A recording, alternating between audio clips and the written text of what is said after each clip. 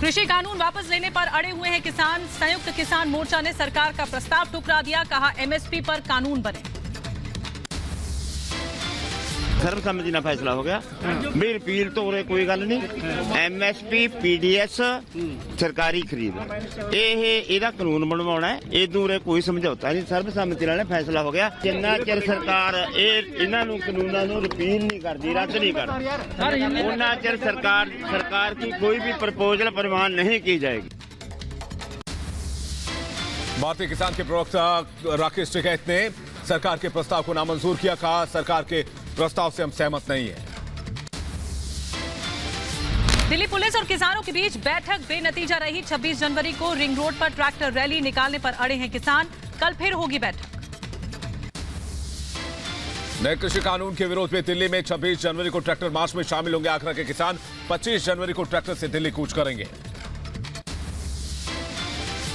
UP के मथुरा में कृषि कानून के विरोध में आरएलडी का प्रदर्शन। जयंत चौधरी भी प्रदर्शन में हुए शामिल। 26 जनवरी को ट्रैक्टर के साथ दिल्ली कूच करेंगे मथुरा के किसान।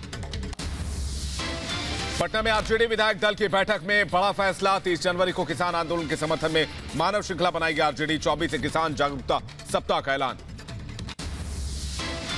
किसानों पर राहुल गांधी की सियासत भी जारी है। ट्वीट कर मोदी सरकार पर साधा निशाना। कहा रोज नए जुमले और जुल्म बंद करो, सीधे सीधे कृषि विरोधी कानून रद्द करो।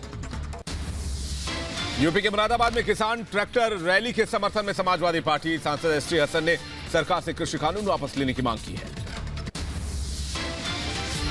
पुणे के सीरम इंस्टीट्यूट में आग से दर्दनाक हादसा हो गया। 5 कर्मचारियों की मौत, सभी के शव निकाले गए। सीएम उद्धव ठाकरे ने जांच के आदेश दिए हैं। पूरी फायर कंट्रोल में आई तो आखिर में ये पता चला लास्ट फ्लोर पे वो पूरा फ्लोर जो जलकर राख हुआ था, उसमें 5 बॉडी हमारे फायर ब्रिगेड के जवानों को यहाँ पे मिली। दर्दनाक हादसे में मुआवजे का ऐलान। सीरम इंस्टीट्यूट ने 25 लाख के मुआवजे का ऐलान किया है। पीड़ित परिवार को मिलेगी आर्थिक मदद। और पुणे के सीरम हादसे पर प्रधानमंत्री मोदी और राष्ट्रपति रामनाथ कोविंद ने जताया दुख। पीड़ित परिवारों के प्रति व्यक्त की संवेदनाएं। कल सीएम उद्धव ठाकरे पुणे के सीरम इंस्टीट्यूट जाएंगे। हालात का जायजा लेंगे सीएम। सीरम इंस्टीट्यूट के सीईओ से फोन पर बात की है। कर्मचारियों की मौत पर सीरम इंस्टीट्यूट के सीईओ अदार पूरावाला ने दुख जताया है। ट्वीट कर लिखा मृतकों के परिजनों के प्रति संवेदनाएं। सीरम इंस्टीट्यूट के प्लांट में लगी भीषण आग पर पाएगा काबू। करीब 2 घंटे की कड़ी मशक्कत के बाद दमकल विभाग ने आग को काबू कर लिया।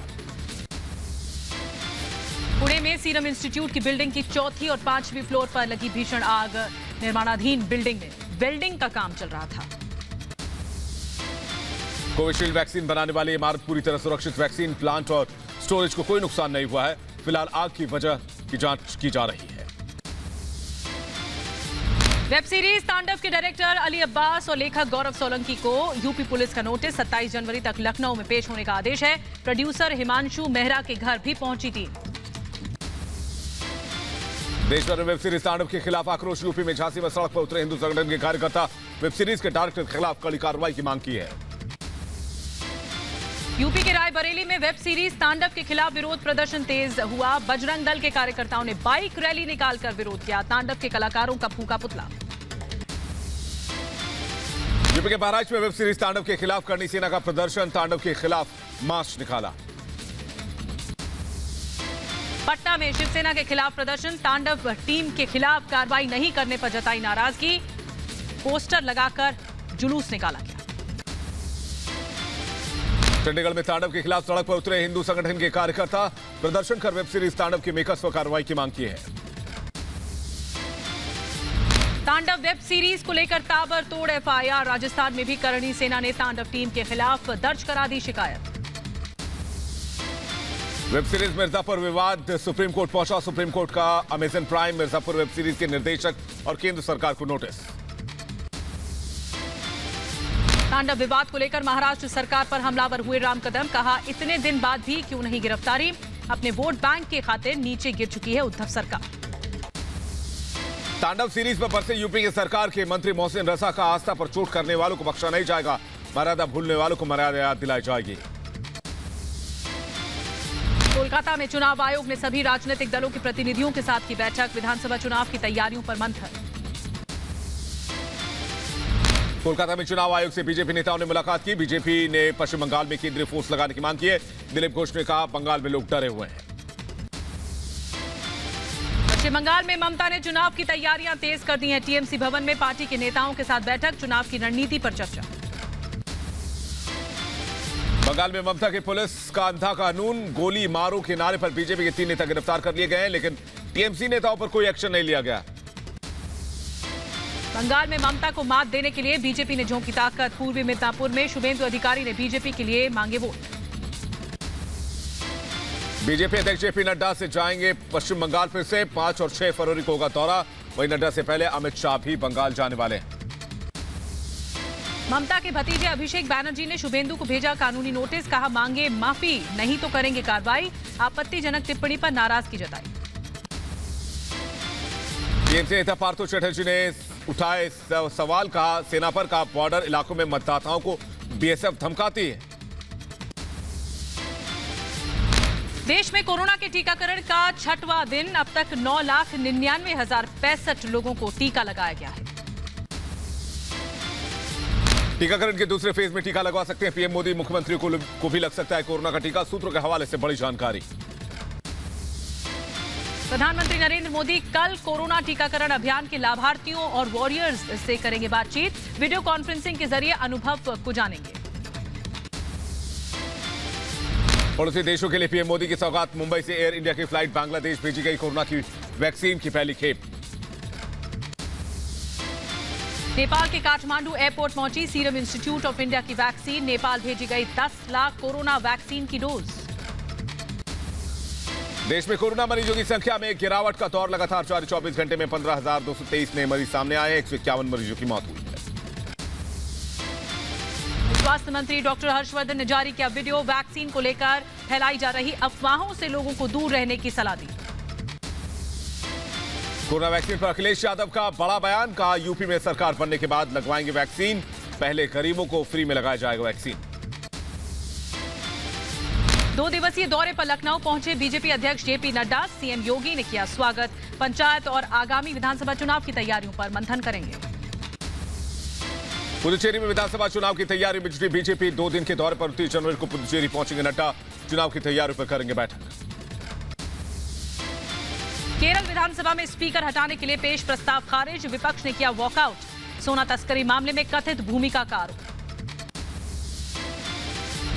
तिरुवनंतपुरम में यूथ कांग्रेस का विरोध प्रदर्शन। केरल विधानसभा स्पीकर के खिलाफ खुला मोर्चा। पुलिस ने प्रदर्शनकारियों को रोकने के लिए वाटर कैनन का इस्तेमाल किया। कर्नाटक के सीएम बीएस येदियुरप्पा से मिले राज्य मंत्री प्रताप चंद्र सारंगी। कई अहम मुद्दों पर हुई चर्चा। दिल्ली बीजेपी अध्यक्ष आदेश गुप्ता का सीएम केजरीवाल पर बड़ा आरोप, कहा जल बोर्ड में केजरीवाल सरकार ने किया 26,000 करोड़ का घोटाला।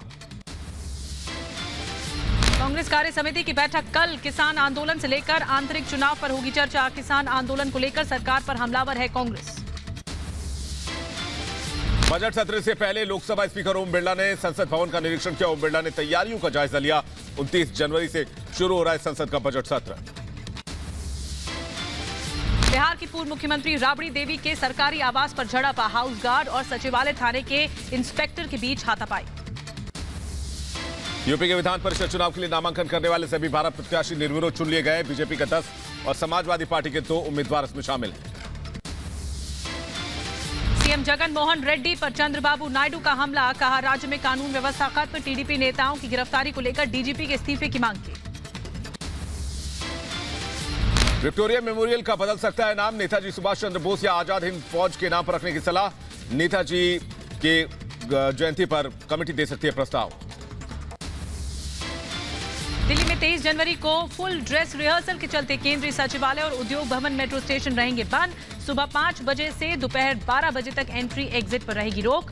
कई रूट डाइवर्ट और बंद किए जाएंगे। सीमा पर पाकिस्तान की कायराना हरकत जारी। पाकिस्तान की गोलीबारी में एक भारतीय जवान शहीद।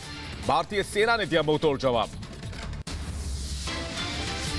पाकिस्तान की कायराना हरकत। जम्मू कश्मीर के पुंछ में तोड़ा सीजफायर। पाकिस्तान को लगातार मुंहतोड़ जवाब दे रही है भारतीय सेना। जम्मू कश्मीर में आतंकियों के लिए काल बनी सीआरपीएफ। साल 2020 में रियाज नायकू समेत 215 आतंकवादी मारे गए। जम्मू कश्मीर में 254 एनकाउंटर हुए। 360 से ज्यादा हथियार सीआरपीएफ ने जब्त किए। एक और पाकिस्तानी साजिश का पर्दाफाश। भारत पाकिस्तान सीमा के चकांदा बाग इलाके में लगाई आग। इस रास्ते के जरिए आतंकियों को भारत भेजने की साजिश। जैसलमेर में भारत पाक सीमा पर बढ़ाई गई चौकसी। बीएसएफ ने शुरू किया ऑपरेशन अलर्ट। 1 जनवरी से शुरू हुआ ऑपरेशन अलर्ट 27 जनवरी तक चलेगा।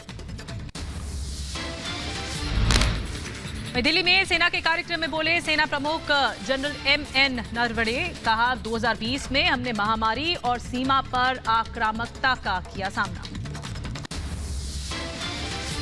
भारत में तैयार एंटी एयरफील्ड हथियार का सफल परीक्षण। 100 किलोमीटर होगी मारक क्षमता। डीआरडीओ की ओर से किया गया है विकसित। दिल्ली में सीआरपीएफ के डिप्टी कमांडेंट राहुल माथुर ने ड्यूटी ज्वाइन की। मुठभेड़ में गोली लगने के बावजूद सीआरपीएफ जवान ने आतंकियों को ढेर किया था। नोएडा के सेक्टर 27 में कैलाश अस्पताल में बम की झूठी खबर से हड़कंप। सच ऑपरेशन में नहीं मिला कोई बम। अज्ञात शख्स ने की थी कॉल। जांच जारी। एमसीडी कर्मचारियों के सैलरी से जुड़ी याचिका पर हाईकोर्ट ने दिल्ली सरकार को लगाई फटकार। दिल्ली हाईकोर्ट का निर्देश। कहा एमसीडी के फंड से जो कटौती की है वो रकम 2 हफ्तों के अंदर निगम को दें। मुंबई में नारकोटिक्स कंट्रोल विभाग की ताबड़तोड़ कार्रवाई। शहर के बीचों बीच डोंगरी में ड्रग्स फैक्ट्री का पर्दाफाश। चिंको पठान की ड्रग्स फैक्ट्री में हथियार भी मिले। अभिनेता सोनू सूद को हाईकोर्ट से राहत नहीं। बीएमसी के खिलाफ याचिका खारिज। अवैध निर्माण पर बीएमसी ही करेगी एक्शन पर फैसला। यूपी में बदमाशों और माफियाओं पर योगी सरकार कठोर। मेरठ में कुख्यात बदमाश बदन सिंह बद्दो की आलिशान कोठी पर बुलडोजर चलाया गया। प्रशासन और पुलिस की मौजूदगी में जमींदोज किया गया। समाजवादी पार्टी सांसद आजम खान के बेटे अब्दुल्ला आजम को सुप्रीम कोर्ट से राहत। सुप्रीम कोर्ट ने जमानत रद्द करने की याचिका को किया खारिज। एमपी के नरसिंहपुर में सीएम शिवराज सिंह की नेताजी सुभाष चंद्र बोस की मूर्ति का अनावरण उन्होंने किया। गुरुगांव स्टेडियम में लगाई गई नेताजी की मूर्ति। भोपाल में प्यारे मियां यौन शोषण मामले में 10 साल की पीड़ित बच्ची ने तोड़ा दम। कलेक्टर ने मामले की जांच के दिए आदेश। अजीत सिंह मर्डर केस में पुलिस को मिली कामयाबी। शूटर संदीप सिंह को अंबेडकर नगर से पकड़ा गया। वहीं पुणे में किसान यूनियन का धरना। किसानों ने कई धान क्रय केंद्र बंद होने का आरोप लगा दिया। दिल्ली सरकार पर भी किसानों की अनदेखी का भी लगाया गया आरोप। यूपी के अयोध्या में राम मंदिर निर्माण के लिए आ गया डिप्टी सीएम केशव प्रसाद मौर्य। दान की अपनी 1 साल की सैलरी। भगवान जगन्नाथ के भक्तों के लिए राहत भरी खबर है। ओडिशा के जगन्नाथ मंदिर में आज से दर्शन के लिए कोरोना नेगेटिव रिपोर्ट की जरूरत नहीं। एक दिन में 30,000 भक्त कर सकते हैं दर्शन। यूपी के रायबरेली में सड़क सुरक्षा अभियान की शुरुआत। बाइक रैली निकालकर आम लोगों में जागरूकता फैलाने की कोशिश की गई। पटना में सुशांत के जन्मदिन पर फैंस ने दी श्रद्धांजलि। सुशांत की आत्मा की शांति के लिए प्रार्थना की गई। सुशांत सिंह राजपूत के जन्मदिन पर एमसीडी का बड़ा तोहफा। दिल्ली के एमड्यूजगंज में सुशांत के नाम पर एक सड़क है। लखनऊ मेट्रो में तकनीकी खराबी आई। लखनऊ विश्वविद्यालय पर 45 मिनट खड़ी रही मेट्रो। पहले भी कई बार लखनऊ मेट्रो में तकनीकी खराबी आ चुकी है। इराक की राजधानी बगदाद में आत्मघाती हमला। 7 लोगों की मौत, 25 से ज्यादा लोग घायल। अभी तक किसी संगठन ने हमले की जिम्मेदारी नहीं ली है। वहीं स्पेन के मैड्रिड में एक रिहायशी इमारत में गैस रिसाव से हुआ विस्फोट। हादसे में 2 लोगों की मौत, 2 लोग गंभीर रूप से घायल। वतन वापसी पर टीम इंडिया के एयरपोर्ट पर जोरदार स्वागत। कोच रवि शास्त्री के साथ अजिंक्य रहाणे ने किया फैंस को शुक्रिया। ऑस्ट्रेलिया के खिलाफ टेस्ट सीरीज में टीम इंडिया ने दर्ज की शानदार जीत। मुंबई में घर पहुंचने पर अजिंक्य रहाणे का जोरदार स्वागत। ऑस्ट्रेलिया में ऐतिहासिक जीत दर्ज कर टीम इंडिया की वापसी पर जश्न का माहौल है।